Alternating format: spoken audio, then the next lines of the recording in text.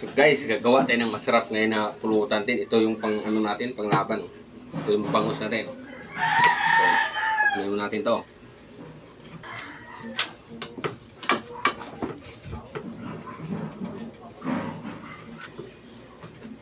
Kuhain natin tong ganito. Para muna natin siya ng suka. Yan, babad muna natin siya dyan. Nababad na natin to ng 30 minutes. Oh. Sarap niya, no?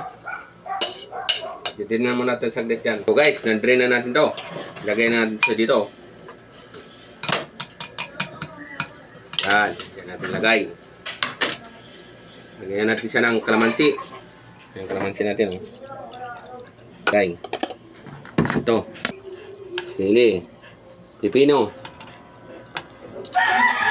Ito, sibuyas.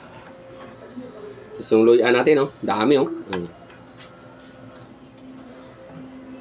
Cut naman. Para makapusto. So guys, kalalagyan din natin dito. Ay, sus, kasarap nito. Kunti lang kasi may nilagay na tayong ano eh. Halo-haloin lang natin yan sa dyan, oh. Kita nyo ba? Kung gaano siya kasarap natin pares natin. Pag ano natin yan sa dyan para sisip-sipin niya yung ano natin, yung mga pampalasa natin dyan. Tcharan!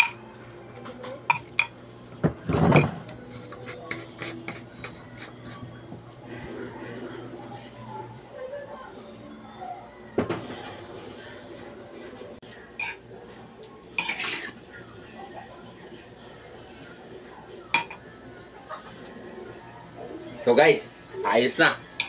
Oh.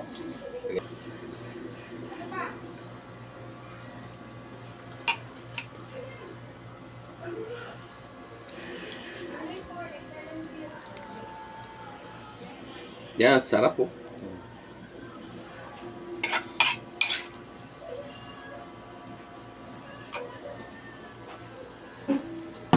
So guys, tapos na natin tong ginawa natin ating pulutan na bangus. So, ang gagawin natin ngayon, titikman na natin to. So, huwag niyong kalimutan guys, mag-follow and share, mag-comment din kayo kung saan lugar kayo para mailagay din natin yung mga comment niyo sa ating titikman na natin tong bangus nating kinilaw.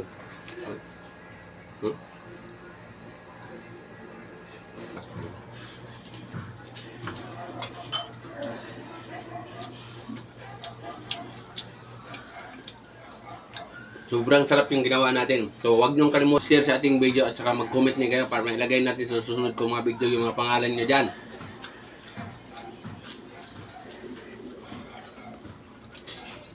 Sarap! Bye-bye na guys! Huwag niyong kalimutan mag-follow and share.